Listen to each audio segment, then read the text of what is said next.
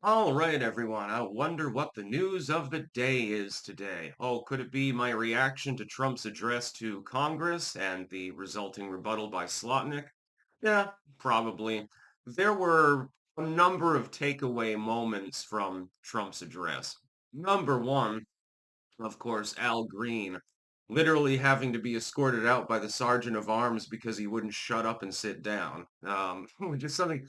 The ignoring of Hakeem Jeffries is another takeaway. We'll get into that in a moment. Al Green, who's in Congress, he has like the pimp cane, and he's pointing it at Trump and rambling incoherently. It's not entirely clear everything that he said. And they tried to reestablish decorum, and say, okay, you've had your say, the president's speaking, and why don't you sit down? They had to escort him out physically. That was absolutely hilarious.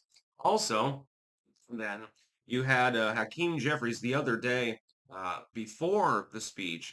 It was reported Hakeem Jeffries had begged the Democrats not to bring props to the speech. They're like, well, the Republicans are going to exploit it if you do.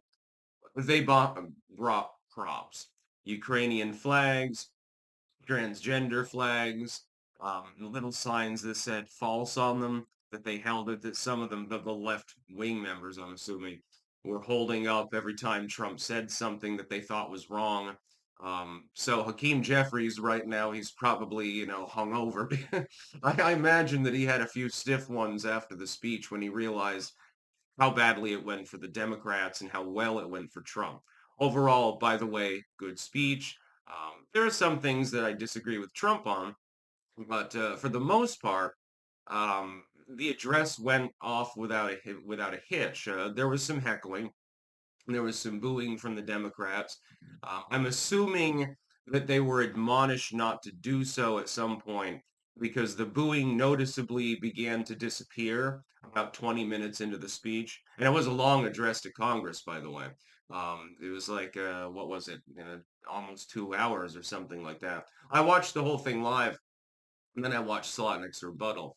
Other takeaway moments. Could it be the cringe of some members on the Democratic side wearing identical shades of pink for unknown reasons? I'm still not 100% sure exactly why. I'm assuming it has to do with transgender rights as opposed to women's rights, because the Republicans, strangely, and I never thought that I would ever be saying this, have become the party of feminism, arguably, of women's rights, rather. You know, hey, women should be able to go to the bathroom without having a dude in the next stall. They should have their own spaces. That sounds like women's rights to me, but apparently not. The Democrats didn't really get the memo. You had a moment at the end where he's addressing the members of the judiciary that are there. Of course, the justices are there. Tries to shake Sotomayor's hand, and she just sort of storms off, like refuses to even acknowledge him. That was an interesting moment. And the Democrats repeatedly acted out of decorum. Um, it is perfectly fine if members of Congress, the chief executive, the judiciary, it's perfectly fine if they want to take to social media and lambaste one another. That's funny more than anything. Schumer does this on a daily basis, for example, and it's amusing. It's also amusing for the public to be able to rebut the staffers that are making the tweets and so forth. That's perfectly fine. At a congressional address, you're supposed to maintain decorum. The Democrats failed in a spectacular manner.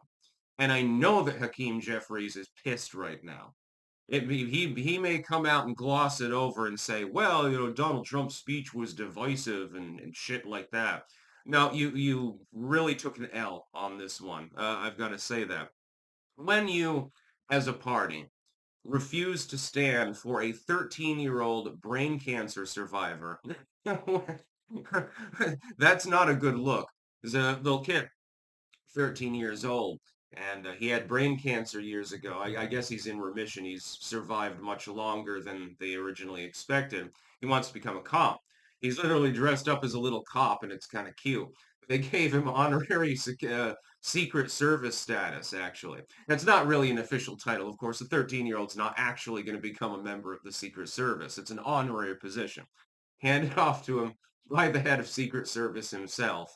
And he's like hugging him and stuff like that. And it was a cute moment. What did the Democrats do? They just sit there. They refuse to choose that this is a brain cancer surviving 13-year-old. Do you really think that this looks good? This is why your party is suffering problems. The other takeaway is that Donald Trump swore we're retaking the Panama Canal. Apparently, BlackRock is involved with this.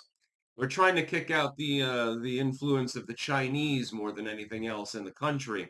I think that we should do this, by the way, reassert control over the canal zone, but sweeten the deal. I've said this many times. Make sure to sweeten that deal. Look, pay 10 billion bucks or whatever, build the canal even better. You can call it the Trump Canal if you want to.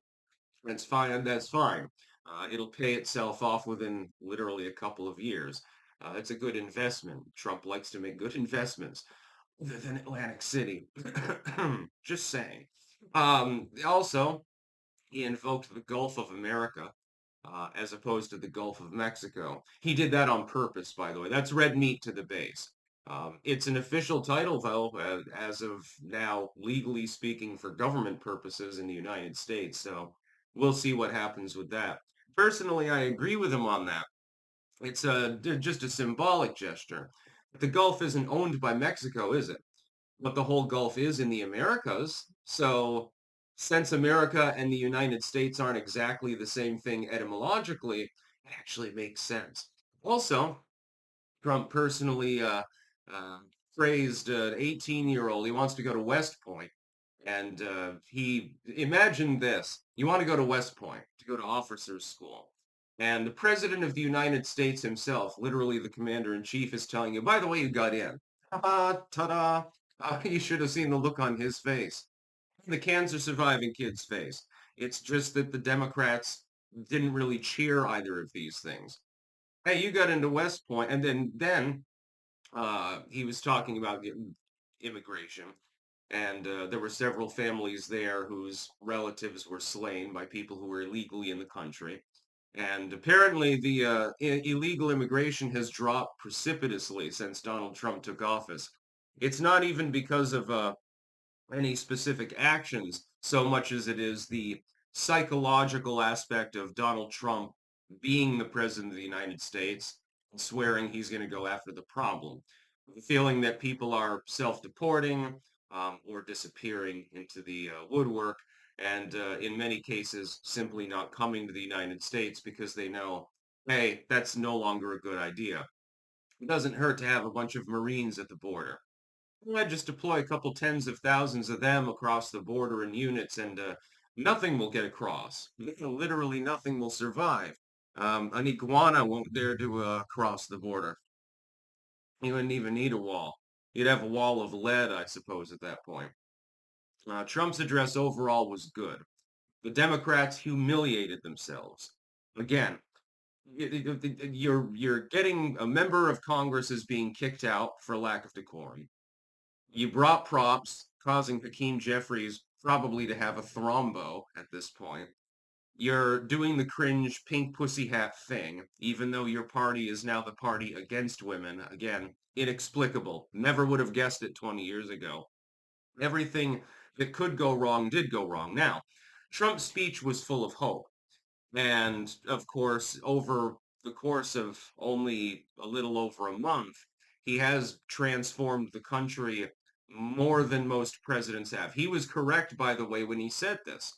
He's like, well, in the first, month of my administration, we did more than some administrations do in 4 years.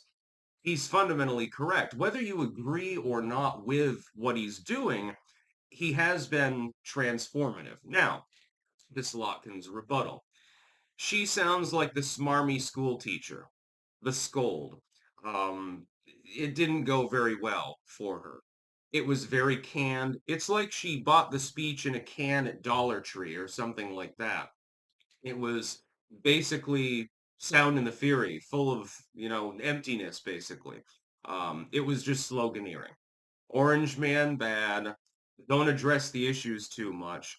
give vague promises and sloganeer. It was not nearly as I expected it to be more of a soaring speech like Obama moment. I don't think that the Democrats have found their dark horse in Slotnick. I doubt now that that will be a thing. Now, she has a chance to redeem herself, of course, but and the fact that they chose her, they were testing her. They were testing her out on the public.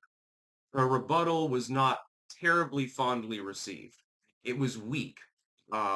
So she's probably destroyed her chances of becoming the dark horse candidate that I know that the Democrats are casting around for. Because otherwise they're doomed in 2028, especially if Vance happens to be the nominee and the Trump administration doesn't completely crash and burn. We'll wait and see. The hope always, with any administration, Democrat or Republican, is that it does well. When the administration is doing well, people suffer less. I mean, having a government makes you suffer anyway, but there are different iterations of it. Trump, generally speaking, was on point. He, at one point, lambasted Elizabeth Warren, calling her Pocahontas again. He couldn't help himself. And she was there looking uncomfortable and smarmy as well, just like Slotnick. And she was actually clapping, golf clapping when he called her Pocahontas, which was amusing. There were a lot of funny moments, actually. And JD the entire time except when he was laughing at something funny Trump had said, looked like he was about to attack someone. And Speaker Johnson looked like he went wee-wee in his pants and was trying to avoid a notice for that. He, he's redeemed himself partially, but he's still got his own issues. He's managed mostly to rein in the House Republicans, which is quite a task. Few Republican leadership figures can actually do that. But on the Democratic side, Jeffries, the de facto leader of the party, effectively, lost complete control based on Al Green, the fact that people did bring the cringe props, the silent protest wearing a bunch of pink for no reason, and stuff like that. The inability of the Democrats, generally speaking, to celebrate 13-year-old kid with cancer who's been, again, thankfully, apparently in remission for an extended period. Um, all of these things went wrong for them. And Donald Trump's speech now gets reanalyzed by the legacy media, and they'll fixate on anything that he said that was even slightly wrong, or anything that they think that they can exploit to call him extreme. Things like that. Man, they fixate on Ukraine more than anything else. It's like it's a Ukraine first policy, I guess, for some people in the country at this point. They'll fixate on that, and then they'll simply label it divisive. Well, I don't really know that it's divisive, actually, looking at his speech. The death of DEI, hell, liberal commentators are celebrating it at this point because they realize it's political dead weight. So, whatever, for what it's worth. So overall, I would give him a 9 out of 10 on his address to Congress. I would give the rebuttal like a 4 out of 10. And it was at least coherently delivered. It's better than a Kamala Harris speech or something like that. Yes, I forced myself to watch the whole thing. That's about all. Peace out.